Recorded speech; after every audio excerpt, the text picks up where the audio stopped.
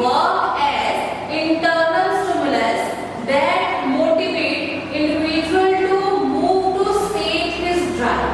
यानी कि ये किस तरीके से काम करता है, ये एक आंतरिक महत्वाकांक्षा या आंतरिक स्टिमुलस या आंतरिक प्रेरणा की तरह काम करता है, जो किसी भी इंडिविजुअल को उसकी जो भी नीड है, उसकी जो भी आवश्यकता है, उसको पूरा करने के लिए प्रेरित करता है।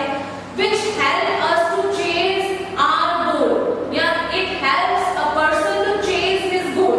ये किसी भी पर्सन को उसके जो भी निर्धारित लक्ष्य हैं, उनको पूरा करने के लिए प्रेरित करता है। तीन तरीके के वेरिएबल्स दिए हैं, independent variables, intervening variables and dependent variable. Independent variables किस तरीके से होते हैं, इंडिपेंडेंट वेरिएबल क्या होते हैं? इंडिपेंडेंट वेरिएबल्स वो वेरिएबल्स हैं जो कि बिल्कुल ही इंडिपेंडेंट होते हैं, वो किसी के ऊपर निर्भर नहीं करते, वो प्रभावित नहीं होते, बल्कि वो प्रभाव डालते हैं। और इंटरवीनिंग वेरिएबल्स कैसे वेरिएबल्स होते हैं, जो विद इन द इंडिविजुअल होते हैं, जो पर्सन के अंदर ही होते हैं, और वो इंडिपेंडेंट वेरिएबल्स का एटीट्यूड को डिसाइड करते हैं।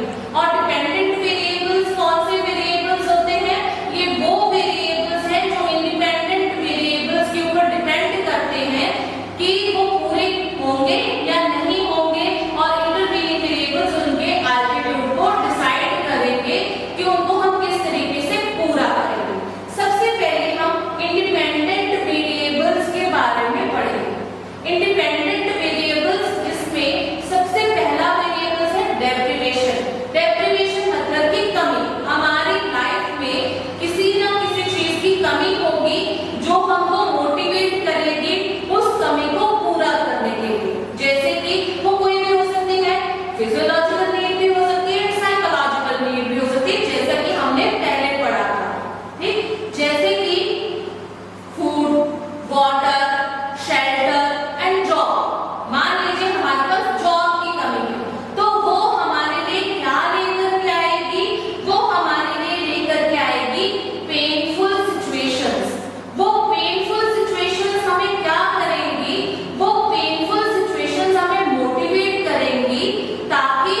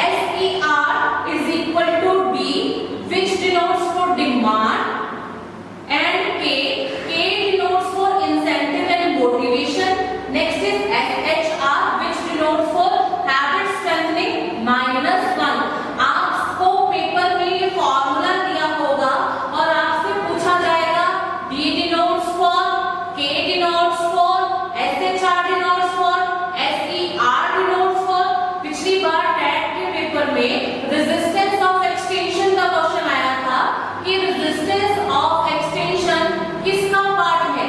Answer was acceleratory potential. तो आपको ये चीजें याद रखनी चाहिए। माइनर माइनर डिटेल्स जो है वो पेपर में पूछी जाती है, एग्जाम्स में पूछी जाती है। अगर आप और इसी थ्योरी को कॉज एंड इफेक्ट थ्योरी के नाम से भी जानते हैं। कॉज क्या है? Independent variable. इफेक्ट क्या है? Dependent variable. इस तरीके के क्वेश्चंस पेपर में पूछे जाते हैं। अगर आप इसी तरीके से अपने एग्जाम्स की गोल ओरिएंटेड तैयारी करना चाहते हैं तो आप टेट एंड टीजीटी के एग्जाम्स की तैयारी के लिए हमें संपर्क